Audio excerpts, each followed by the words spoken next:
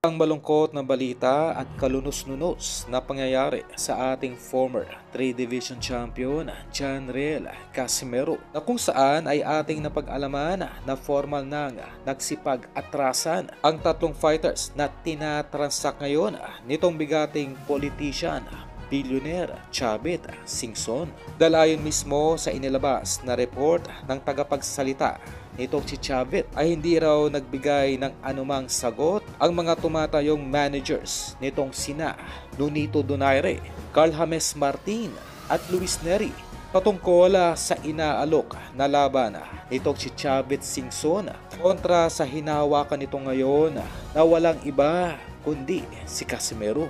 Gano'n pa man ay sinisiguro pa rin ng kampo nitong si Chavit Singson na magkakaroon pa rin ng isang activity fight dito sa Pilipinas, itong si Alas, sa unang bahagi ng taong 2025 upang maiwasan ang pagiging inactive nito at posibleng tuluyang pagkamatay ng karir sa larangan ng boxing.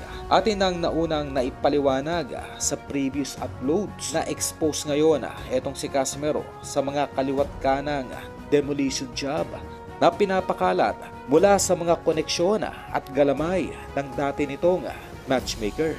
Sa kabilang balita, isang trivia lamang sa bagong tumatayong handler ngayon nitong si Alas na si Chavit Singson na mistulang malapusa na may siyam na buhay na kung saan itong si Chavit pala ay makailang ulit ng sinubukang isalvage ng mga katunggali nito sa politika na kung saan minsan na rin itong literal na pinasabugan ng dalawang granada.